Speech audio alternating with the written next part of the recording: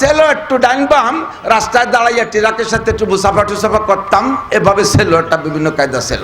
ও তোমার শোনার দরকার নাই। আল্লাহ কয় ভিটি সালাবান জুতোর বাড়ি হবে। শয়তান ফাঁকি দিয়ে এড়াই যাতে চাচ্ছ, তোমার অবস্থা কি? আল্লাহ আমার কামাইটা যেমন তেমন, তুমি খরচ শুনলি নিজে আশ্চর্য হয়ে যাবা।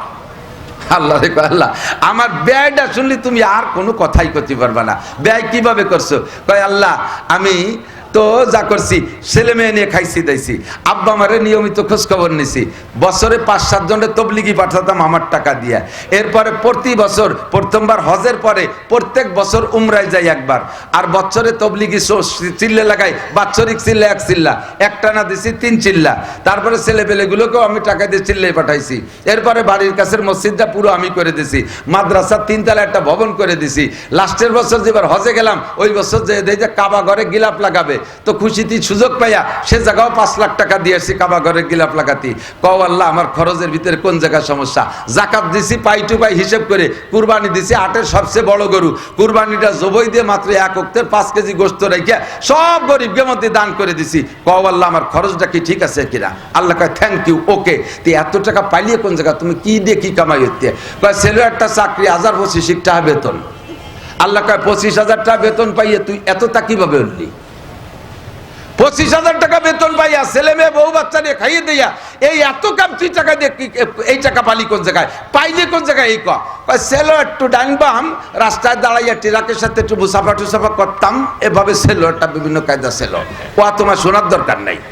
আল্লাহ কয় ভিটি সালাবান জুতোর বাড়ি হবে।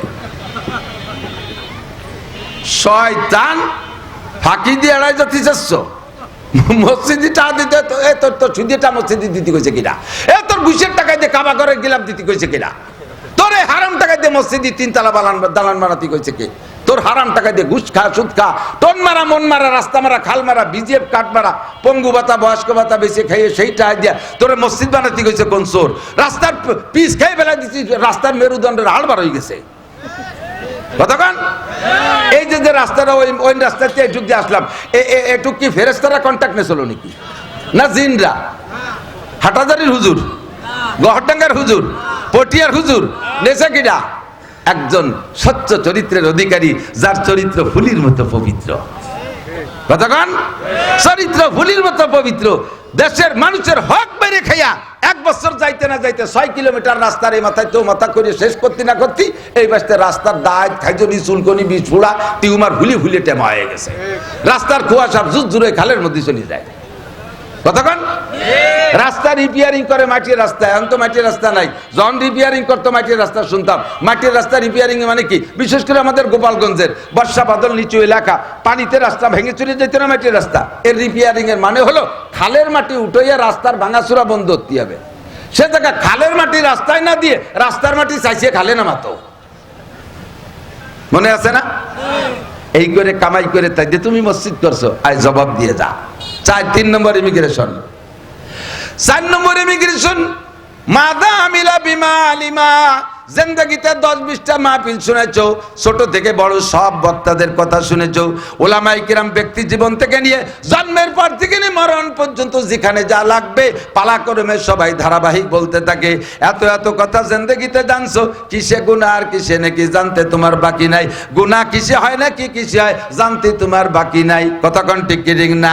নামাজ পড়লে নেকি হয়, রোজা রাখলে নেকি হয়, হজ যাকাতে নেকি হয়, তিলাওয়াতে নেকি হয়, তাহাজ্জুদে নেকি হয়, ফরজ ওয়াজিবে নেকি হয়, সুন্নাত মুস্তাহাবে নেকি হয়, দান খয়রাতে নেকি হয়, সত্য কথায় নেকি হয়, আব্বা মার খিদমতে নেকি হয়, মসজিদ মাদ্রাসায় নেকি হয়, তিলাওয়াত জিকিরে নেকি হয়, তাবলীগে গেলে নেকি হয়, হক্কানি পীর মাশায়েখের দরবারে গেলে নেকি হয়। এগুলো জানা আছে না নাই?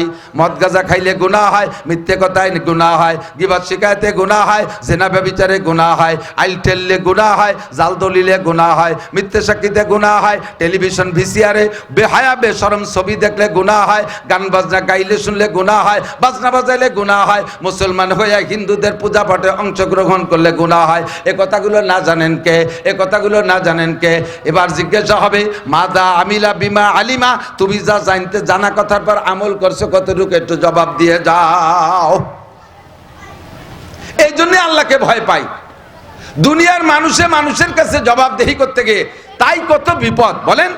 এই বর্তমান সরকারের কথা বাদ দিলাম, আমরা ওই আগের একটা সরকার চলে গেছে, তত্ত্বাবধায়ক সরকার, ফখরুদ্দিন। মুরব্বীরা কথা বলেন, ছোটরা সে সময় জানে কি জানে না জানি না। যারা জানেন ফখরুদ্দিনের আমল সব দলের নেতাদের সেলেসা শুরু হয়ে গেছিল, ঠিক কি ঠিক না? ফখরুদ্দিন সাহেবের কাছে জবাব দেয়া লাগছে। কি দেয়া লাগছে? জবাব। নামাজের জবাব, রোজা, হজ, যাকাত, কি বলে 70-80 বছরের হায়াত, যৌবনকালের হায়াত, এর কিছু জিজ্ঞাসা হয় নাই। মাদা আমিলা বিমা আলিমা, তাও না। যা জানছো তারপর আমল করছে, এটাও না। একটা প্রশ্ন, আর মালিহি, ফখরুদ্দিন জিজ্ঞেস করছে মাল সম্পর্কে। তুমি সিরাগঞ্জি বাঙ্গা সুটকেস নিয়ে ঢাকা আসলে, আর এত বড় 50 তলা দালানের মালিক হইলে কি করিয়া? তুমি পায়ে হেঁটে রিক্সায় চলে খেয়া পার হইয়া আসলে, সাতরাইয়ে পদ্মা নদী পার হইলে, আর যার সময় তুমি হেলিকপ্টার আর বিমান আর রকেটে যাও, এই টাকা কোত্থেকে পাইলে? অনলি একটা প্রশ্নের জবাব দেওয়া লাগছে ফখরুদ্দিনের কাছে। তাতে এ দল ও দল সব দল যারা ধরা খাইছে তো খাইছে, বাংলাদেশে বসে এর মধ্যে এতে কাপে বইছে, আর হাজার হাজার হিজরত করে চলে গেছে। মুহাজিরে ইন্ডিয়া, মুহাজিরে দুবাই, মুহাজিরে লন্ডন, কেউ লন্ডন, কেউ আমেরিকা, কেউ ইন্ডিয়া, কেউ দুবাই, কেউ সৌদি, সারা দুনিয়া ভরে ছড়াই গেছে একজন মানুষের কাছে জবাব দিতে যাইয়া। কথা কোন ঠিক না? সেও মানুষ, এও মানুষ।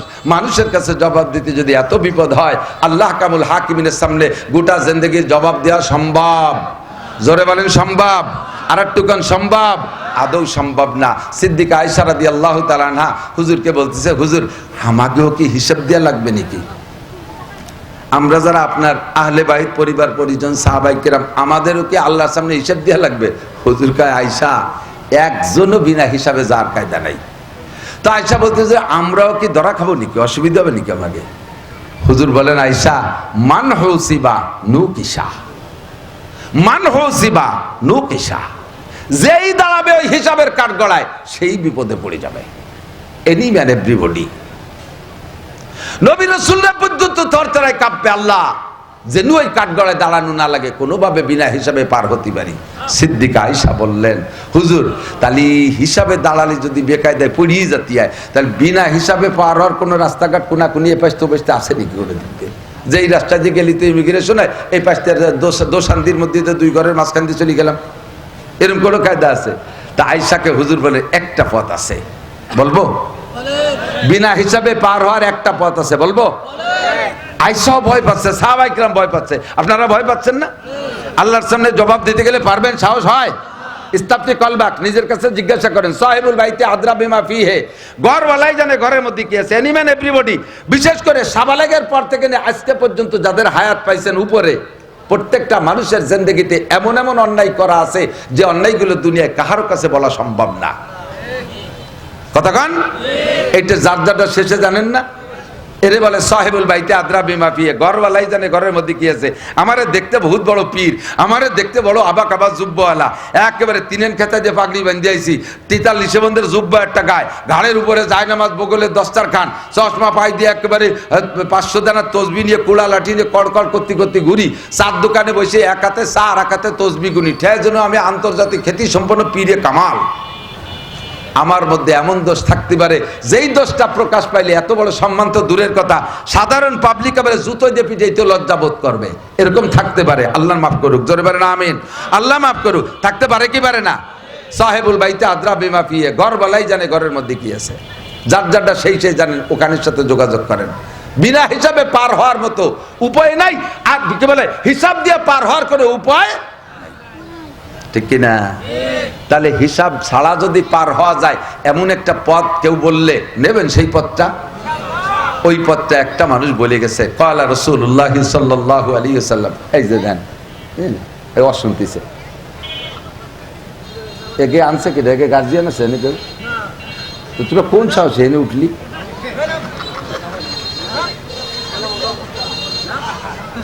বলকের পকেটের মধ্যে ডুইয়ে উঠিয়ে আসে একটা কাতায়, ওকে বলর হবে না কেউ আছেনি, খুব সাহস। আল্লাহ বলবো, বিনা হিসাবে পার হতে চান সত্যি? একটু আল্লাহকে হাত দেখাবেন, বেয়াদবি মাফ করবেন। সত্যি আপনারা কি বিনা হিসাবে পার হতে চান? অন্তর থেকে বলছেন? মাশাআল্লাহ। তাহলে আমি বলবো ব্যবস্থাটা, আমি বলি না, বিশ্বনবী বলেছেন, মান হাফাজা আলাস সালাওয়াত আক্রমাগুল্লাহ বি খামসি খিসাল, যে ব্যক্তি 5 ওয়াক্ত নামাজ পড়বে টাইম মতো, ঠিক মতো, নিয়মতান্ত্রিক ভাবে নামাজের ফরজ ওয়াজিব সুন্নাতগুলো আদায় করে সঠিকভাবে নামাজ পড়বে, আল্লাহ তাআলা তাকে 5টি পুরস্কার দিবে। 1 নম্বর পুরস্কার, ইরফানহু জিকুল আইশ, দুনিয়ায় তার রিজিকের অভাব হবে না। 2 নম্বর, ওয়াদাবুল কবর, কবর আযাব থেকে যদি বাঁচতে চান, কবর আযাব সম্পর্কে আপনার ইয়াকিন আর ধারণা আর বিশ্বাস কি আমি জানি না, কবর আযাব সত্য না মিথ্যা? কবর আযাব সত্য না মিথ্যা?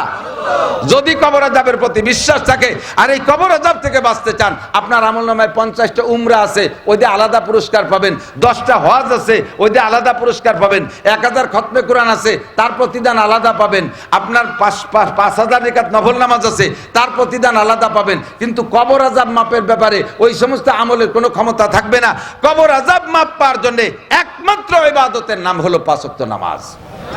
যদি কবর আযাবকে বিশ্বাস করেন আর তার থেকে বাঁচতে চান, লক্ষ লক্ষ বছর, কত বছর থাকতে হবে কবরে আল্লাহই ভালো জানে, এখান থেকে যদি বাঁচতে চান তাহলে নাম লাগবে 1 নম্বরে নামাজ। 2 নম্বর পুরস্কার হলো এই নামাজের, ওয়ায়ুতিহিল্লাহু কিতাবাহু বিয়ামিনিহি।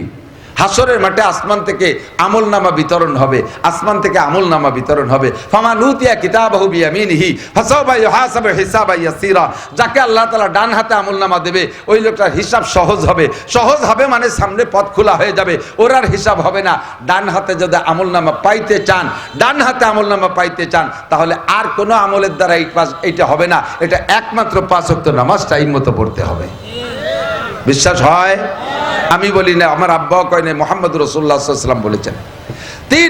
4 নম্বরে, আমলনামা পাওয়ার সাথে সাথে যখন আমলনামার টিকিট পেয়ে গেছে, তখন তো শখ হবে জান্নাতে যাওয়ার জন্য। আমলনামার টিকিট পেয়ে গেছে, এখন আমলনামা যখন পাইছি, এই মাঠে তো আর বসে থাকার দরকার নেই, এখন আমি যাবো জান্নাতের দিকে। ফেরেশতাদের কাছে জিজ্ঞেস করুন, ভাই আমি তো আমলনামা পেয়ে গেছি, এখন আমার কি? কাজ আপনি বেশতি হয়ে গেছেন, জান্নাতি হয়ে গেছেন। বলেন না সুবহানাল্লাহ? জান্নাত কোন দিক? এই দিক জান্নাত, যান জান্নাতে চলে যান।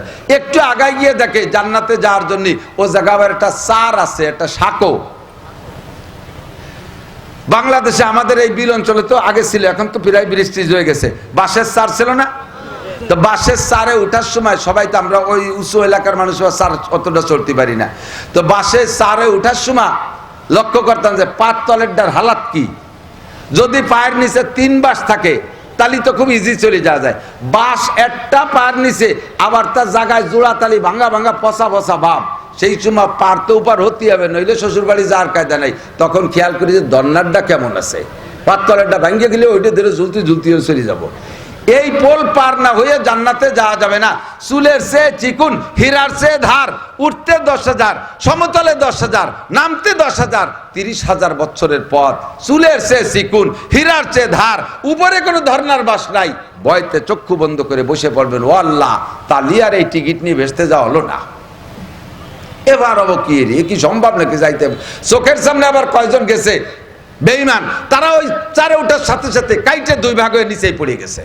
ভয়তে চক্ষু বন্ধ করে বসে পড়বেন, কিছুক্ষণ ভেবে চিন্তে দেখবেন ফেরেশতারা বলবে, ভাই এই জায়গা বসে থাকলে ভেসতে যাবে না, ভেসতে এলো এই নদীর উপার।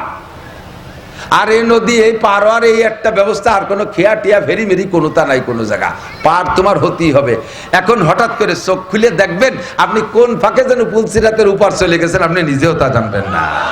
ওয়ায়ামুরু আলা সিরাতে কালবার, বিদ্যুৎ গতিতে পুলসিরাত পার হয়ে চলে যাবেন। 4 নম্বর পুরস্কার। এই পুরস্কারগুলো কিসের বিনিময়? জোর হলো না? পিছনালারা বলছেন কিসের বিনিময়? নামাজ।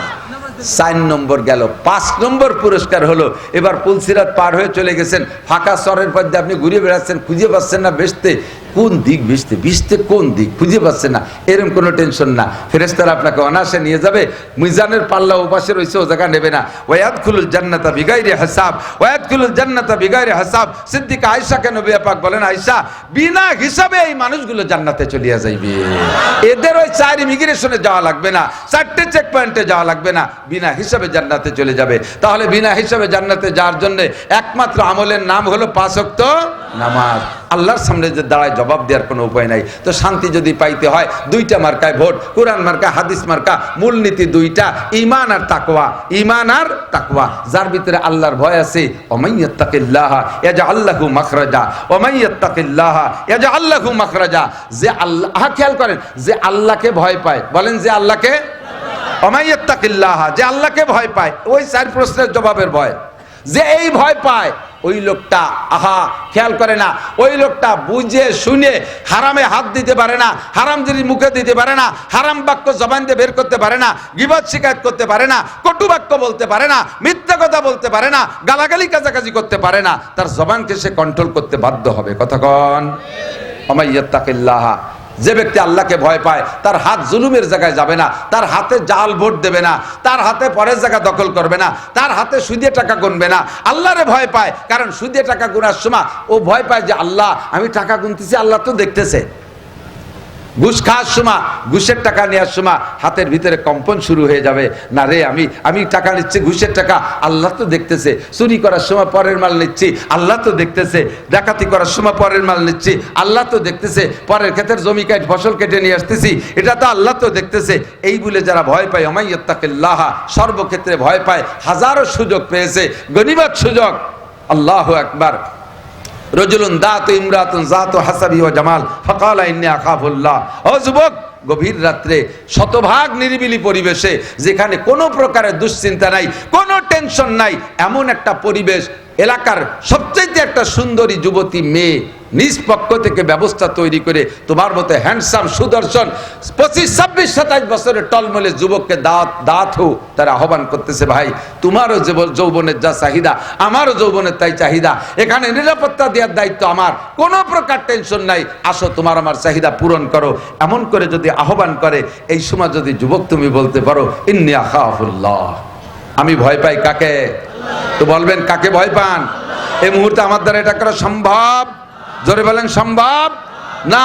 এইভাবে যদি আপনি আল্লাহকে ভয় পেয়ে এমন জায়গা থেকে ফিরে আসতে পারেন, 5 টাকা 10 টাকা, 5 টাকার কয়েন, 10 টাকার ছিঁড়া নোট রাস্তায় যদি ফেলানো যায়, সেই সময় মুত্তাকিন পরহেজগার, ওর বাবা এই কার্ডটা আবারছে নিয়ে যাও, জোরে জোরে ডাক ছাড়ে। কিন্তু 1000 টাকার একটা নোট যদি ফেলানো পায়, এদিক ওদিক টাকাই এদের পকেটে ডুন সারা। 5 টাকা 10 টাকার দ্বারে মুত্তাকিন, 1000 টাকার দ্বারে গেলে সেই জায়গা মুত্তাকিন কায় জায়গায় শুয়ে পড়বে। কতক্ষণ? এর নাম তাকওয়া না। ওমাইয়াত্তাকিল্লাহ ইয়াজআল লাহু মাখরাজা, যে আল্লাহকে ভয় পায় আল্লাহ তাআলা তাকে সব বিপদ থেকে বাঁচার পথ খুলে দেয়। কন্যা সুবহানাল্লাহ। আমি আমার দেশের নেতাদেরকে বলি, ন্যায় অন্যায় যাই করছেন না কেন, এখন যারা বিপদে আছেন, জেলখানার ভিতরে থেকে অন্য কোনো সিদ্ধান্ত না নিয়ে বেরোলি এই করব ওই করব সেই করব, দেখাই ছাড়ি দেবো, কারা এই করছে তাকে গোষ্ঠী যুদ্ধ উদ্ধার করবো, এইভাবে পাইচারা না দিয়ে যখন ধরা খাইছেন জায়গায় বসে আল্লাহর প্রতি ভয় তৈরি করেন, আল্লাহর প্রতি ভয় তৈরি করেন, আল্লাহকে ভয় পান। যদি কোনোদিন মুক্তি পাই তাহলে আগে যে অন্যায় করছি সেই অন্যায় করব না, এমন একটা পাক্কা তওবা করেন, আল্লাহ তাআলা বের হওয়ার ব্যবস্থা করে দিতে পারে। কতক্ষণ ঠিক কি ঠিক না? আর ওই জায়গাতে যদি বেরোতে পারলে এটা করবো ওটা করবো, রাস্তা কেটে খাল বানাই দেবো, 12 মাস কাল নৌকো বেয়ে বেড়াবা, আসমান ভেঙে জমিনে নামাবো, লাঠির মধ্যে মুগুর ভরবো ইত্যাদি ফিলান করতে, তাহলে তো আল্লাহ কয় থাক ওই জায়গায় বসে ইতিকাফ কর। কোনোদিন তো রমজান মাসে শেষ 10 দিন মসজিদে বসিস নাই, আর আজীবন জীবন চিল্লাই বসে যা, আল্লাহ বেরোতে দেবে না। কতক্ষণ?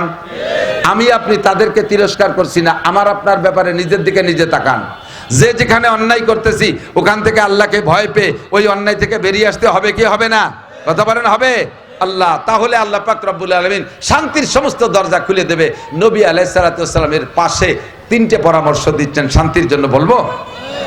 হুজুর বলতেছেন আল্লাহ যেটা বলছেন তো বলছেনই, ওটাই শিরোধার্য। সাথে আমার বাস্তব অভিজ্ঞতার আলোকে আমি 3টে জিনিস পাইছি শান্তি অর্জনের জন্য। 3টে কথা মানলে তুমি দুনিয়াটা তোমার জন্য জান্নাতে পরিণত হবে। তখন তুমি হায়াতের দোয়া করবা, আল্লাহ এত সুন্দর দুনিয়ার থেকে আমি মরবো না, আল্লাহ এত সুন্দর দুনিয়া থেকে মরবো না। কিন্তু বর্তমানে পরিস্থিতি যা হইছে তাতে মনে আসছে যেন আল্লাহ কবে মরবো, এর মধ্যে তো আর সহ্য হয় না। কতক্ষণ? এর মধ্যে তো আর সহ্য হয় না, কি হলো কি, এই বলে দুশ্চিন্তা, এই বলে অশান্তি।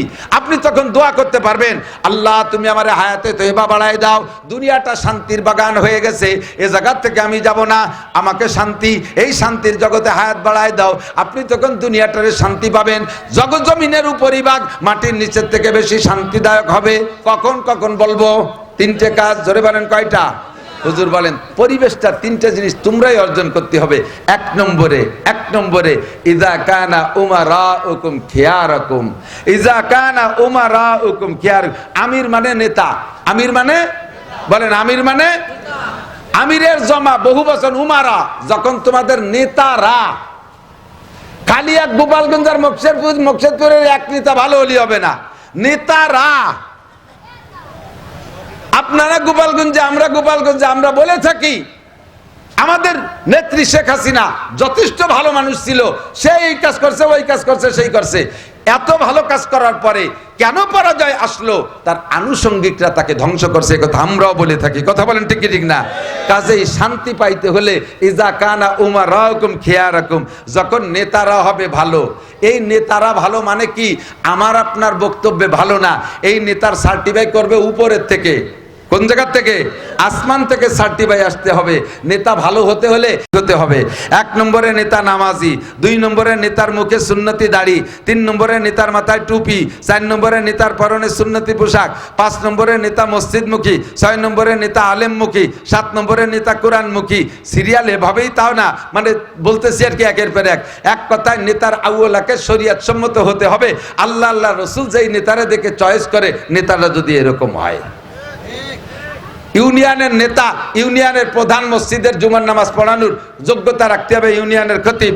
ওয়ার্ডের মেম্বার, সে হতে হবে ওয়ার্ডের প্রধান মসজিদের খতিব হওয়ার যোগ্যতা রাখতে হবে। আরে এমপি সাহেব তার সিটের কেন্দ্রীয় মসজিদের ইমাম হওয়ার যোগ্যতা রাখতে হবে। ডিসি সাহেব ডিস্ট্রিক্ট কেন্দ্রিক প্রধান মসজিদের ইমামতি করার যোগ্যতা রাখতে হবে। এইরকম যদি হয় নেতারা, তাহলে সুদ খায় না, ঘুষ খায় না, চুরি করে না, আইল ঠেলে না, টোন মারে না, মন মারে না, রাস্তাঘাট বিজিএফ কাটে, এগুলো কোনো জায়গায় মাইর হয় না। তখন সম্পূর্ণ বরকত আর বরকত হালাল ভাবে সকলের উপরে বরকত আসতে থাকে। কথা কোন ঠিক কি ঠিক না? আল্লাহু আকবার। বহুত মিসাল আছে, সময় নাই। ওয়াইজা কানা উমারাউকুম খিয়ারাকুম, নেতারা হবে ভালো। দুই নম্বরে আগনিয়াকুম সুমুহাকুম, ধনীরা হবে দানশীল, ধনীরা হবে দানশীল। যাকাত পাই টু পাই আদায় করবে, সঠিকভাবে যাকাত দেবে। আগনিয়াকুম সুমুহাকুম, কুরবানি দেবে সুন্দরভাবে। কুরবানির গোশত নিজেই কম খাইয়ে গরিবকে বেশি দেবে। মৌসুমি ফসল, ইরি ধান, পিএস, পাট যা আসে একে ভাগ করবে, 40 ভাগের 1 ভাগ গরিবদের মধ্যে দান করবে। এলাকার মসজিদ মাদ্রাসা যেখানে এতিম মিসকিন অসহায় কাঙ্গাল দুঃখিনী বিধবাদের বাচ্চারা লেখাপড়া করে, এই প্রতিষ্ঠানগুলোর দিকে খেয়াল রাখবে। নিজের প্রতিবেশী যত গরিব আছে, নিজেরা বড় বড় মাছ কিনে খাবা, দামি দামি কাপড় পরবা, আর গরিবরা কিছু পাবে না, এটা হবে না। তাদের দিকে তোমার খেয়াল রাখতে হবে যখন তোমাদের দেশের ধনীরা হবে দানশীল। 3 নম্বরে ও উমুরুকুম শুরা বাইনাকুম, সংসার থেকে সংসদ পর্যন্ত, সংসার থেকে সংসদ পর্যন্ত সব জায়গায় ছোট বড় সর্ব পরিবেশগুলো পরামর্শ সাপেক্ষে পরিচালনা হবে। ও সংসার পরিচালনা হবে, সংসারের গার্জিয়ান মুরব্বী যিনি আছে পুরুষ, তিনি অধীনস্থ ছেলে মেয়ে বউ বাচ্চা সকলের কাছে পরামর্শ করে সংসারের আগামী দিন পরিচালনা। ওয়ার্ড পরিচালনা হবে, মেম্বার সাহেব সকলকে ডেকে নিয়ে আলোচনা। চেয়ারম্যান ইউনিয়ন পরিচালনা হবে, চেয়ারম্যান সাহেব ওয়ার্ডের সমস্ত মেম্বারদেরকে নিয়ে পরামর্শ সাপেক্ষে করবে, একক সিদ্ধান্তে কিছু করবে না। হাই স্কুলটা পরিচালনা করবেন প্রধান শিক্ষক সমস্ত মাস্টারদেরকে সাথে নিয়ে। মাদ্রাসা পরিচালনা করবেন মোহতামিম সাহেব সমস্ত শিক্ষক ও কমিটির লোকের পরামর্শ নিয়ে। তবলিগের কাজ পরিচালনা হবে সমস্ত বড় বড় সাথীদেরকে নিয়ে পরামর্শ সাপেক্ষে। এমন করে যদি সব জায়গায় পরামর্শ চলে, তাহলে সকলের মত বিনিময়ের সুযোগ থাকে।